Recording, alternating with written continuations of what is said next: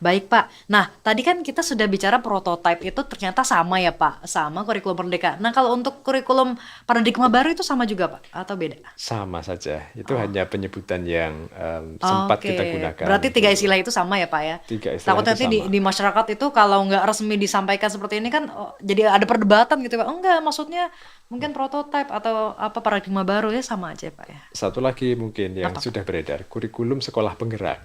Oke. Ada sebagian yang menyebutkan itu juga, itu sama saja Karena memang semua. dipakai sekolah penggerak. Betul, jadi kurikulum Merdeka itu kan kita kembangkan di awal tahun 2020, kemudian kita terapkan dulu, uji cobakan dulu di sekolah-sekolah Oke. penggerak dan SMKPK. Mm-mm. Nah, dalam proses uji coba itu kita sering menyebutnya sebagai kurikulum paradigma baru. Oke. Nah, tapi kemudian setelah itu kita menggunakan istilah kurikulum prototype, Mm-mm. prototipe karena kurikulum yang sedang kita evaluasi Oke. dan kita Masih diuji cobakan gitu sempurnakan, ya Pak masih ya? kita uji cobakan gitu ya. Tapi sekarang kita resmikan sebagai kurikulum merdeka. Jadi nggak usah bingung, itu semuanya sama. Nah, Dan ini berarti kurikulum Merdeka ini kan sudah hasil evaluasi ada pembaruan dari yang sebelumnya dinamakan prototipe. Jadi insya Allah ini yang udah versi lebih baiknya gitu ya Pak ya? ada beberapa hal yang sudah kita perbaiki Oke. dari baik masukan dari para pakar Mm-mm. yang melihat dokumennya Mm-mm.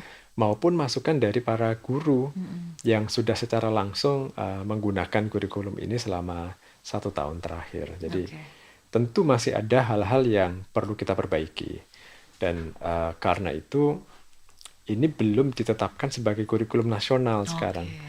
Jadi pendekatan kita sangat bertahap sekarang ini. Setelah kita uji cobakan terbatas di 2.500-an sekolah penggerak, 900-an SMK pusat keunggulan, sekarang akan kita perluas uji cobanya di sekolah dan madrasah yang berminat.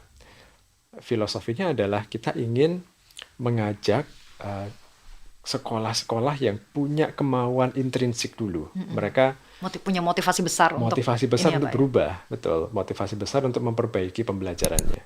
Jadi yang kita ajak untuk ikut menerapkan kurikulum ini adalah guru dan kepala sekolah yang satu percaya dengan konsepnya. Jadi mereka sudah mempelajari Oke. kurikulum ini konsepnya seperti apa dan mereka percaya, sepakat dengan konsep itu dan berniat untuk memperbaiki pembelajaran di sekolahnya menggunakan kurikulum itu.